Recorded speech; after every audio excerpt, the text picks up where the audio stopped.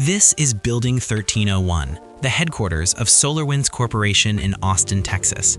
Inside, software engineers develop network monitoring tools used by Fortune 500 companies, federal agencies, and critical infrastructure operators across America. The company's flagship product, Orion, is installed on the networks of 18,000 organizations worldwide. What the engineers don't know is that someone has already gained access to their systems, someone who has been watching, waiting, and learning for months. Russian state-sponsored hackers have infiltrated the software supply chain, and they're about to pull off what cybersecurity experts will later call the most sophisticated cyber attack in history. December 2020, FireEye, one of America's premier cybersecurity firms, issues an emergency alert. Their internal networks have been compromised.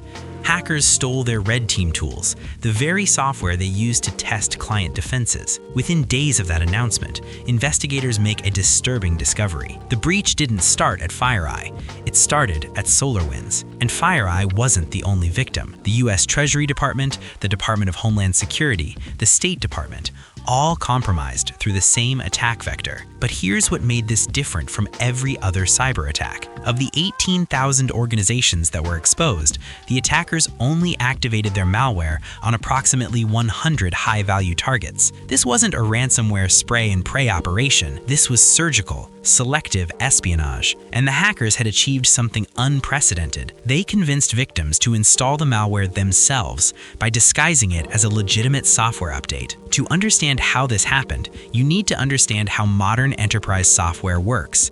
SolarWinds Orion is network management software. IT administrators install it to monitor thousands of servers, routers, and devices across an organization. Orion needs deep access to function properly. It requires administrative privileges, network visibility, and the ability to communicate with every system in an organization's infrastructure. This makes it powerful. It also makes it an ideal target. But here's why the attackers chose SolarWinds specifically. Orion wasn't just installed on networks, it was deployed with administrative-level access across both government agencies and Fortune 500 companies simultaneously. The software's trusted position meant it could communicate with every corner of an organization's infrastructure without raising suspicion. And because Orion updates were deployed on long cycles, sometimes quarterly, an infected update could sit undetected for months while the attackers worked. The attackers didn't just need any software vendor. They needed one with deep trust, pervasive deployment, and long dwell time between updates. SolarWinds Orion checked every box. But there were warning signs. In the years leading up to the attack, SolarWinds had prioritized rapid growth over security investment. Internal security assessments had identified vulnerabilities. A security researcher had even discovered a SolarWinds GitHub repository protected by the password SolarWinds123, though investigators would later clarify this was for a legacy development server and not the primary entry point for the Russian hackers. Still, it illustrated a pattern. The company's focus remained on customer-facing features rather than hardening their development infrastructure. This cultural weakness would prove to be a critical vulnerability. The attack didn't begin with a dramatic breach. There was no Hollywood-style hacking montage. Instead, the operation started with reconnaissance. Lots of it. By late 2019, forensic evidence strongly suggests the attackers had obtained extremely high-level privileges, likely domain administrator access in SolarWinds Windows environment. This suggests they either compromised a privileged account directly through targeted spear phishing, or they gained initial access through a lower-level account and escalated their privileges. The exact entry point has never been publicly confirmed. Some cybersecurity researchers have theorized the attackers may have exploited SolarWinds' own internet-facing Orion demo server, though this remains unconfirmed. Other theories point to compromised VPN credentials or exploitation of vulnerabilities in external-facing infrastructure. What's certain is that by late 2019, the attackers had achieved the level of access they needed to proceed. Once inside SolarWinds' environment, the attackers moved slowly. They studied the software development process, they identified where Orion updates were built, tested, and digitally signed. They learned the company's internal security protocols. They watched how engineers worked, when systems were monitored, and where gaps in detection existed. This reconnaissance phase lasted months. By September 2019, forensic evidence shows the first test code was compiled into the Orion software, the earliest indicator that the attackers were experimenting with the build process. By October 2019, investigators believe the hackers conducted a more deliberate test. They injected benign code into the build process, code that did nothing malicious, code designed simply to see if anyone would notice. No alarms went off. No security teams intervened. The test proved what the attackers had suspected. They could manipulate the software factory line without detection. Now they just needed to wait for the right moment to weaponize it. By December 2019, the hackers had identified their opportunity. SolarWinds used a build server, essentially a software factory line, to compile software updates. This server takes source code written by engineers and converts it into the actual software that customers download and install. If you could compromise the build server, you could inject malicious code directly into the software update itself. The update would be digitally signed with SolarWinds' legitimate certificate. It would pass all security checks, and it would be distributed directly to 18,000 customers through SolarWinds' own trusted update mechanism. The attackers didn't sneak into the building. They became the company that built the building. But the attackers needed a way to inject their code into the build process without manually accessing the build server every time. So they deployed a tool that researchers would later name Sunspot. This injector malware monitored the build server, watching for when engineers compiled the Orion software. The moment a build started, Sunspot would automatically insert the backdoor code into the compilation process. It was an automated infection system, a malware assembly line worker that showed up for every shift. In February 2020, with Sunspot operational, the hackers struck. The injection point was surgical. Sunspot modified a single DLL file, solarwinds.orion.core.businesslayer.dll, adding their backdoor to a legitimate inventory monitoring class called Inventory Manager. This wasn't a crude insertion of obviously malicious code. The malware was carefully woven into existing functions, disguised to look like legitimate error handling routines and background processes. When SolarWinds' automated build system compiled the next Orion update, it unknowingly baked the malware directly into the binary. The build server then applied SolarWinds' legitimate digital signature, the cryptographic stamp that tells the world this software is safe and comes from SolarWinds. The result was a Trojan that every security tool in the world would trust. The infected update was released in March 2020. Here's what made this attack so devastating. The malicious update functioned perfectly. IT administrators installed it expecting routine bug fixes and performance improvements. The Orion software continued working exactly as intended. Network monitoring remained operational. There were no crashes, no obvious errors, no red flags. But in the background, something else was happening. The backdoor, codenamed Sunburst by cybersecurity researchers, was quietly establishing connections to attacker-controlled servers. Sunburst was engineered with extraordinary care. It didn't activate immediately. For the first 12 to 14 days after installation, it remained completely dormant, a delay designed to evade sandbox analysis tools that security teams use to test updates. But Sunburst was paranoid by design. Before activating, it performed over 100 checks on the infected system, looking for security tools, analysis programs, virtual machine artifacts, forensic tools, and debuggers. It checked for Wireshark, Process Monitor, TCP View, endpoint detection agents from CrowdStrike and Carbon Black, even signs of VMware or VirtualBox. If it detected anything suggesting it was being watched, it would remain dormant indefinitely. Only on systems that appeared clean, ironically the systems of organizations confident enough in their security to skip intensive testing, would Sunburst proceed. When Sunburst did activate, it operated with surgical precision. It disguised its network traffic to look like legitimate Orion telemetry data. It used domain names that mimicked real Orion infrastructure, including avsvmcloud.com as its primary command and control domain, a clever combination of AVSV referencing Orion's actual cloud services with mcloud to create something plausible in network logs. The malware communicated using standard HTTPS on port 443. To a network administrator reviewing logs, everything looked like routine software check-ins. But hidden in that encrypted traffic were commands from the attackers and stolen data flowing back to SVR servers. Sunburst also employed a domain generation algorithm as backup. If its primary infrastructure went offline, it could mathematically generate alternative domain names, ensuring the attackers wouldn't lose contact. And when Sunburst successfully deployed its next stage payload, it would begin destroying evidence, deleting its own components to make forensic analysis more difficult. The security blind spot. Why didn't enterprise security systems catch this? Because the attack exploited blind spots in how security tools worked in 2020. Intrusion detection systems looked for known malware signatures, but this was custom code they'd never seen. Code signing validation confirmed the update was legitimately from SolarWinds, which it was because it had been signed by SolarWinds' own build system. Behavioral detection systems struggled to distinguish malicious activity from legitimate network management operations. The digital signature was mathematically valid, the network traffic looked normal, the software functioned perfectly, but the attackers weren't finished.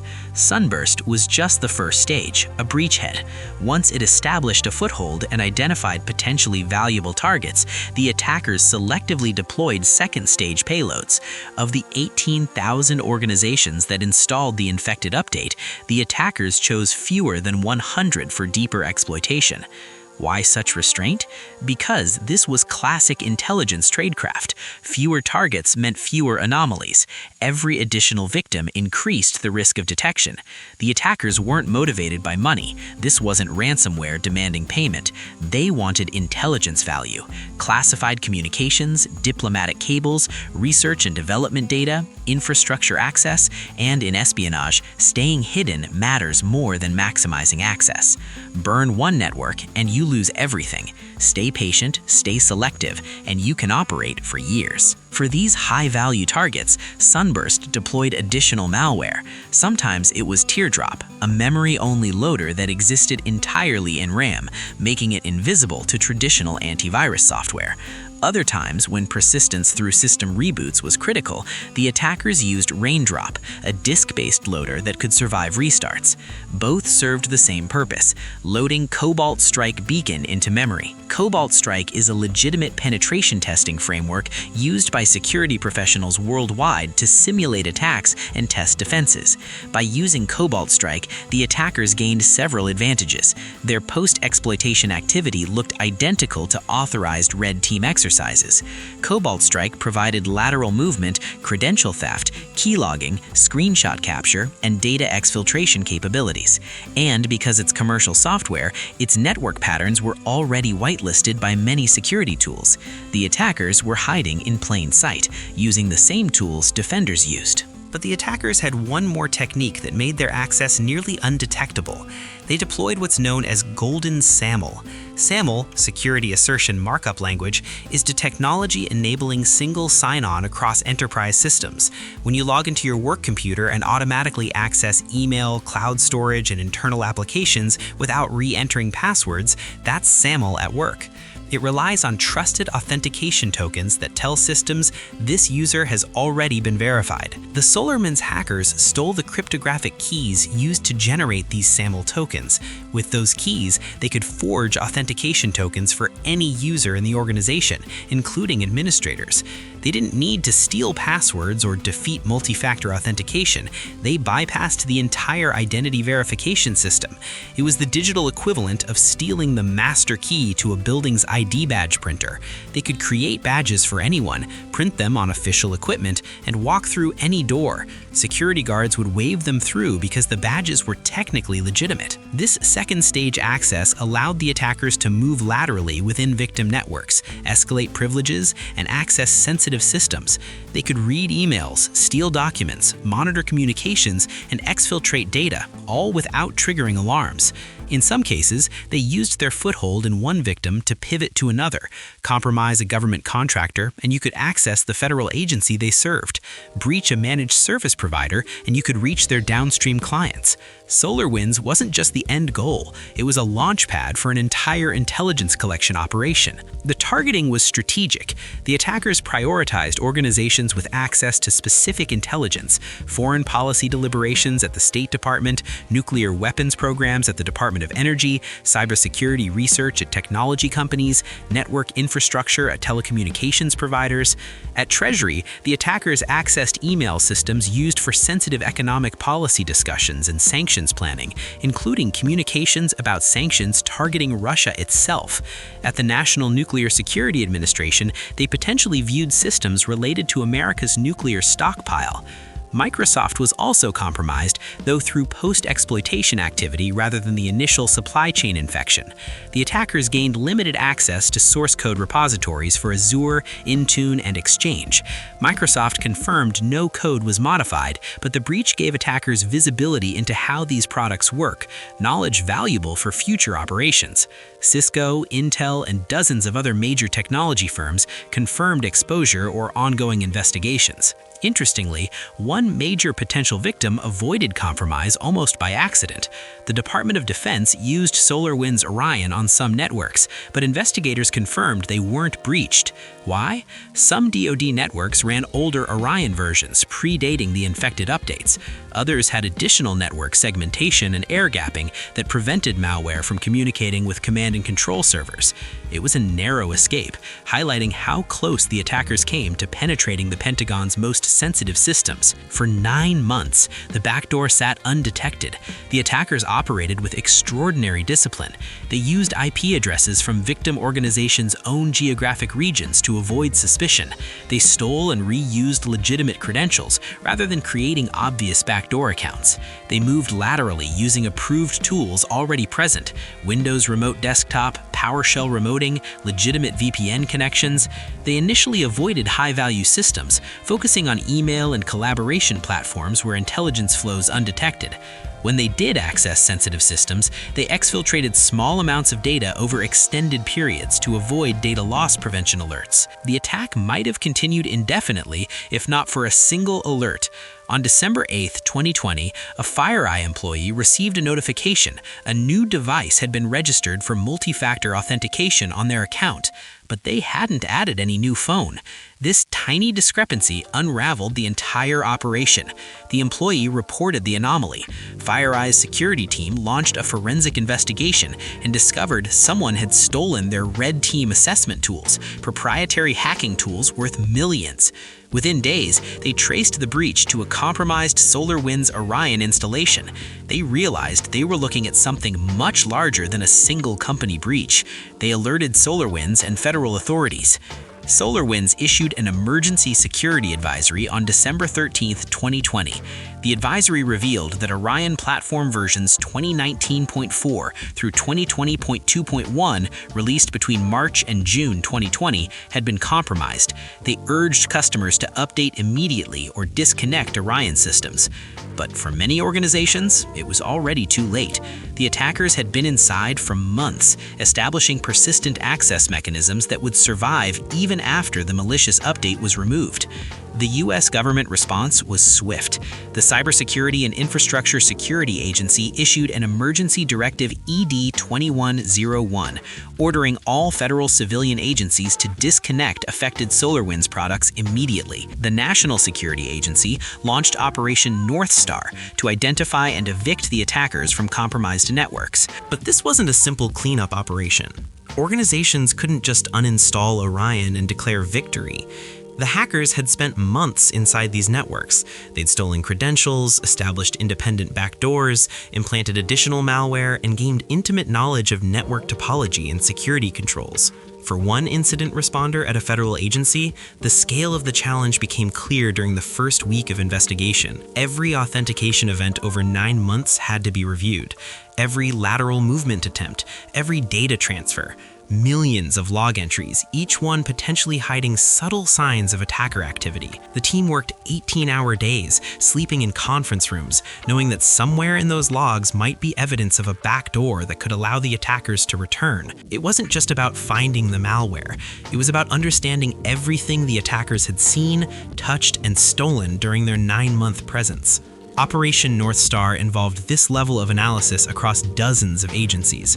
Some made the difficult decision to rebuild entire network segments from scratch, rather than risk missing a hidden backdoor.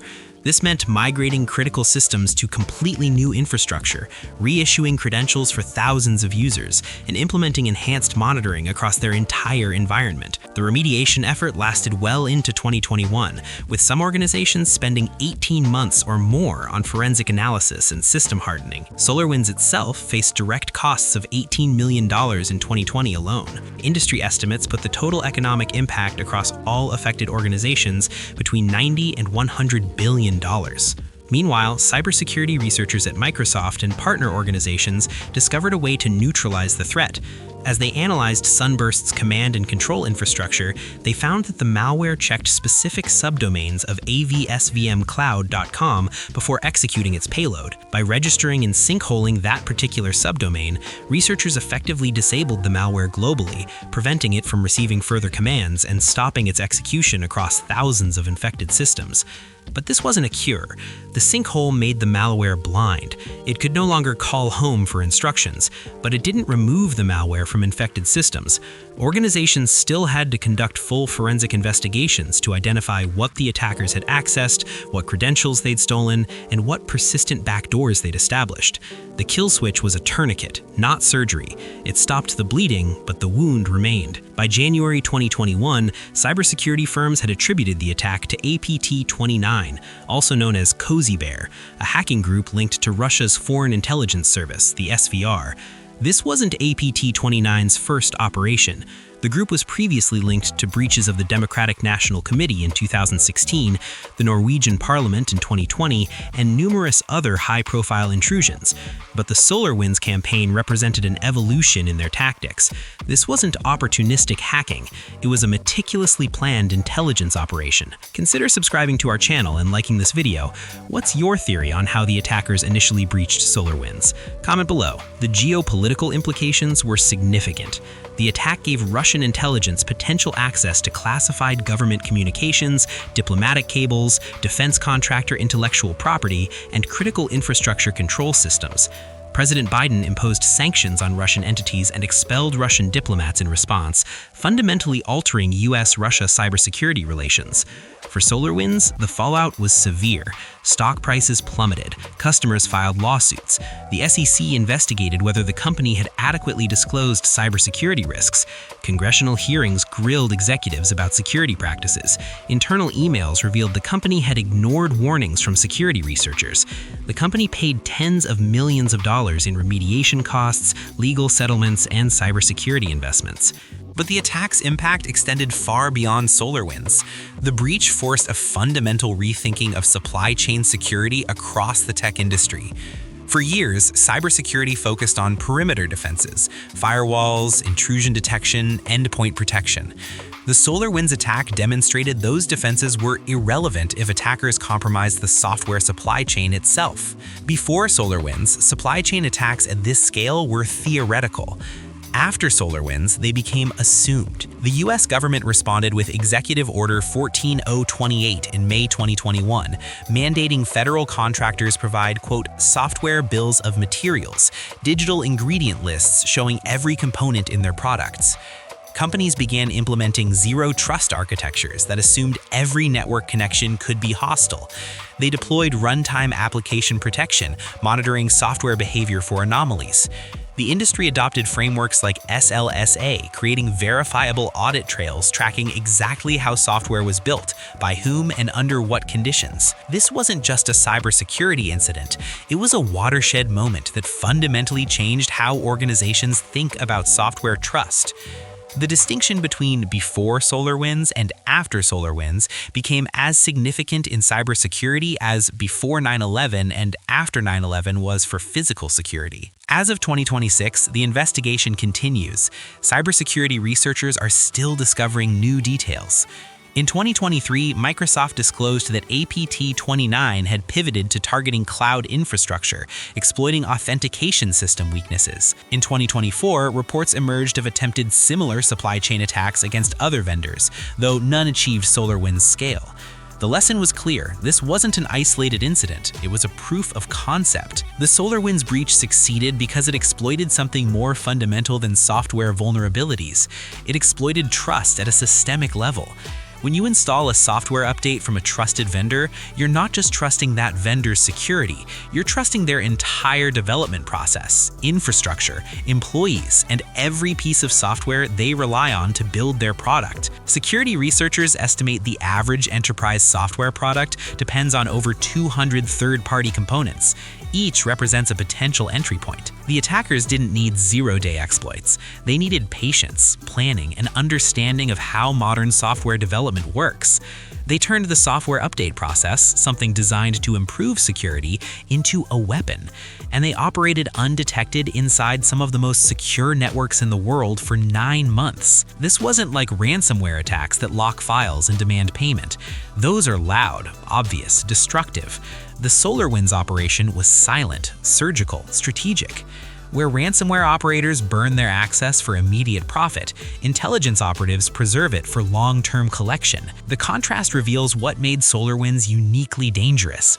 It wasn't just the scale of the breach, but the patience and discipline of the operators behind it. The hack cost billions in remediation and exposed critical infrastructure vulnerabilities.